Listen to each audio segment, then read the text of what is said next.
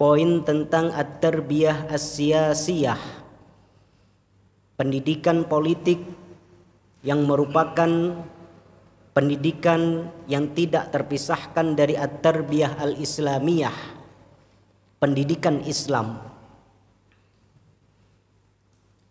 Kalau kita sering mendengar hadis dari Rasulullah sallallahu alaihi wasallam tentang perintah untuk amar ma'ruf nahi munkar. An Abi Sa'id Al-Khudri radhiyallahu anhu qala Rasulullah sallallahu alaihi wasallam, dari Abu Sa'id Al-Khudri radhiyallahu anhu, beliau mengatakan bahwasanya Rasulullah sallallahu alaihi wasallam pernah bersabda, man ra'a minkum munkaran falyughayyirhu biyadihi. Barang siapa di antara kalian yang melihat kemungkaran, maka hendaknya dia berusaha mengubah, mencegah kemungkaran tersebut dengan tangannya. Fa illam yastati fa bilisanihi. Kalau enggak bisa dengan tangan, maka hendaknya dia mengubah, mencegah kemungkaran, kedzaliman, perbuatan buruk itu dengan lisannya. Fa illam yastati fa biqalbihi. Kalau enggak bisa juga dengan lisan, maka hendaknya dia berusaha mengubah, mencegah kemungkaran, kedzaliman, keburukan itu dengan hatinya. Artinya dia harus mengingkari. Kalau nggak bisa dengan tangan, nggak bisa dengan lisan, setidaknya ada pengingkaran dalam hati. Ma'asyiral muslimin wa zumratal mu'minin arsyadakumullah. Hadis ini merupakan bayan, penjelasan dari perintah untuk melaksanakan amar ma'ruf nahi munkar, di mana dalam Al-Qur'anul Karim Allah Azza wa Jalla banyak menyinggung tentang kewajiban ini. Di antaranya firman Allah Azza wa Jalla, a'udzu billahi minasyaitonir rajim, wal takum minkum ummatun yad'una ilal khairi wa ya'muruna bil ma'rufi wa yanhauna 'anil munkar wa ulaika humul muflihun. Hendaknya ada sekelompok dari umat Islam ini, orang-orang yang menyerukan kepada kebaikan, menyuruh pada yang ma'ruf dan yang mencegah dari perbuatan mungkar. Bahkan yang menjadi kriteria utama khairu ummah, umat yang terbaik itu adalah apa? Ta'muruna bil ma'ruf wa tanhauna 'anil munkar. Ciri utamanya adalah mereka menyeru kepada yang ma'ruf dan yang mencegah dari kemungkaran.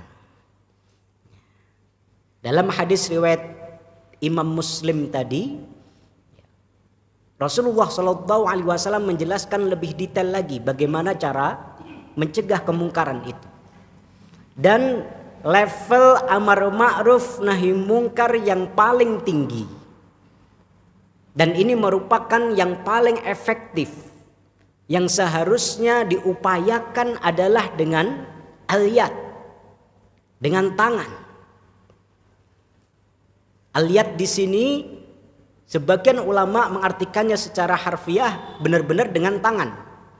Tetapi banyak dari para syurrah, para ulama menjelaskannya bahwasanya man ra'a minkum munkaron falyughayyirhu biyadihi. Barang siapa di antara kalian yang melihat kemungkaran, maka hendaknya dia mencegah dengan tangannya. Ini diartikan sebagai kekuasaan, diartikan sebagai kepemimpinan, otoritas, wewenang di mana ini lebih efektif. Ini akan lebih maksimal dalam menyuruh masyarakat untuk melaksanakan kebaikan. Kalau di Arab Saudi, dulu ketika kami di sana, nggak tahu sekarang, setiap sholat itu aturan dari pemerintah, semua aktivitas kecuali yang darurat berhenti. Toko-toko harus tutup. Kalau ada toko buka, kecuali mungkin apotek yang darurat. Kalau ada yang berani buka, kena denda. Bisa didenda, bahkan kemudian bisa dicabut izinnya. Kemudian ada hai'ah khusus, namanya hai'ah amar ma'ruf nahi mungkar. Itu digaji oleh negara, tugasnya keliling. Ya, pakai mobil, pakai toa, ngingetin sholat. Ya, kalau ada yang masih beraktivitas di waktu sholat, maka diingetin secara persuasif, bukan dengan kekerasan, untuk segera ke masjid. Akhirnya ya masjid selalu penuh. Tidak beda jauh antara sholat maghrib, sholat isya, sholat duhur, sholat asar. Hampir setiap waktu masjid penuh. Karena memang kemudian didorong oleh kebijakan. Amar ma'ruf, menyuruh kepada kebaikan, itu dilakukan dengan kekuatan. Efektif. Nah, ini ma'asyiral muslimin wa zumratal mu'minin sebagai bukti bahwasanya amar ma'ruf itu akan lebih efektif, dan itu adalah level yang paling tinggi dengan kekuasaan. Begitu juga nahi mungkar. Man ra'a minkum mungkaran falyughayyirhu biyadihi. Ini menjadi penting. Kita para ustadz, kita para ulama, di sekolah-sekolah, di pesantren-pesantren, di kampus-kampus, kita menanamkan kejujuran, anti korupsi dan lain sebagainya. Tapi kalau misalnya yang memegang kekuasaan, yang memegang otoritas, kewenangan, tidak ada keseriusan untuk itu, tidak mencontohkan kepada masyarakatnya kejujuran, atau bahkan kemudian melakukan upaya-upaya pelemahan terhadap komisi yang bertugas untuk memberantas korupsi, ya, yang terjadi tentu sebaliknya tidak sesuai dengan harapan. Kalau tegas para koruptor itu, yang itu jelas sebuah kemungkaran, sebuah kezaliman, mencuri uang rakyat bukan 1 atau 2 juta, bisa triliunan rupiah, itu kemudian ditindak tegas, insya Allah kemungkaran itu akan lebih mudah untuk dicegah. Begitu juga kemungkaran-kemungkaran yang lain, penistaan agama misalnya. Kalau ada ketegasan dari penguasa, dari pemimpin, orang-orang yang melecehkan Allah Azza wa Jalla, melecehkan Rasulullah Sallallahu Alaihi Wasallam, melecehkan syariat Islam, itu ditindak tegas, insya Allah penistaan agama itu tidak akan merajalela. Tapi kalau dibiarkan, bahkan seperti ada pembiaran dengan kesengajaan, atau bahkan kemudian ada yang mendesain untuk itu, untuk memancing emosi, mengadu domba antar elemen umat, ya, yang terjadi adalah penistaan agama ini semakin merajalela. Ya, disinilah butuh yang namanya al-yad butuh yang namanya kekuasaan untuk mencegah kemungkaran. Ini ma'asyiral muslimin wa zumratal mu'minin, ini sesuai dengan apa yang ditekankan oleh Utsman ibnu Affan radhiyallahu anhu sebagaimana dinukil oleh Ibnu Katsir. Innallaha la yaz'u bisultan ma la yaz'u bil Qur'an. Innallah, sesungguhnya Allah azza wa jalla, la yaz'u bisultan ma la yaz'u bil Qur'an. Allah akan menghalangi terjadinya sebuah kemungkaran, kezoliman, dosa, maksiat dengan kekuasaan lebih banyak, lebih kuat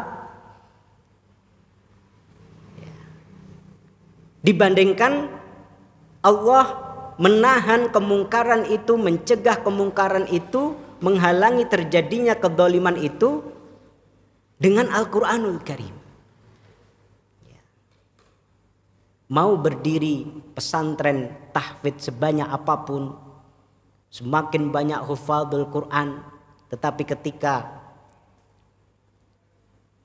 pemerintah, penguasa yang punya otoritas tidak punya kepedulian untuk melarang kemaksiatan, dosa dan lain sebagainya, ya tidak akan maksimal. Kita bisanya cuma memberikan arahan kepada umat, mengingatkan. Tetapi yang berhak untuk menutup tempat-tempat kemaksiatan itu, menutup celah-celah dosa itu, yang punya otoritas adalah pemimpin. Ini adalah makna dari perkataan Utsman ibnu Affan yang sebagian mengatakan, sebagian ulama mengatakan ini sebenarnya riwayat dari Rasulullah Shallallahu Alaihi Wasallam, tapi yang rajih ini adalah marfu, hadis marfu kepada sahabat Utsman ibnu Affan yang menegaskan innallaha la yaz'u bisultan ma la yaz'u bil Quran. Al-Quran ini adalah panduan. Kemudian yang bisa menegakkan, mengimplementasikan isi-isi Al-Quran, arahan-arahan Al-Quran kaitannya dengan amar ma'ruf nahi mungkar, bisa melakukan itu dengan sempurna, dengan maksimal, ya para pemimpin. Mala yaza'u bil Quran, apa-apa yang tidak bisa sekedar hanya dengan Al-Quran saja, dibacakan Al-Quran, disampaikan kajian Al-Quran, disinggung sampai berbusa-busa di majelis seperti ini. Pemimpin bisultan. Ini juga relevan dengan apa yang dikatakan oleh Abdullah ibn al-Mu'taz, dinukil oleh Al-Imam Al-Mawardi dalam kitabnya Adabud Dunya wad Din. Innad dina bil mulki yaqwa. Innad dina bil mulki yaqwa. Wal mulka bid dini yabqa. Bahwasanya agama itu ketika ditopang dengan kekuasaan, didukung oleh pemimpin-pemimpin, pemerintah-pemerintah yang mempunyai komitmen agama yang bagus, mereka ya peduli dengan Islam dan kaum muslimin, insya Allah agama ini akan semakin kuat. Begitu juga kekuasaan, pemerintahan, kerajaan atau apapun namanya, ketika komitmen dengan syariat Allah Azza wa Jalla, maka insya Allah akan bertahan. Ini ikhwah fillah arsyadakumullah, sedikit tentang at-tarbiyah as-siyasiyah yang mudah-mudahan menyadarkan kita, terutama di bulan politik ini. Tak lama lagi kita akan menghadapi event 5 tahunan, yaitu pemilu. Mudah-mudahan kita semua termasuk orang-orang yang bisa menentukan ya, dengan suara kita bisa beramar ma'ruf nahi mungkar, mencegah kemungkaran, mencegah kezaliman, mencegah dosa dan kemaksiatan. Dengan suara-suara kita memilih pemimpin-pemimpin yang bisa melakukan itu, tidak membiarkan kezaliman, tidak membiarkan kemungkaran, mau mendengarkan arahan para ulama, peduli dengan Islam dan kaum muslimin.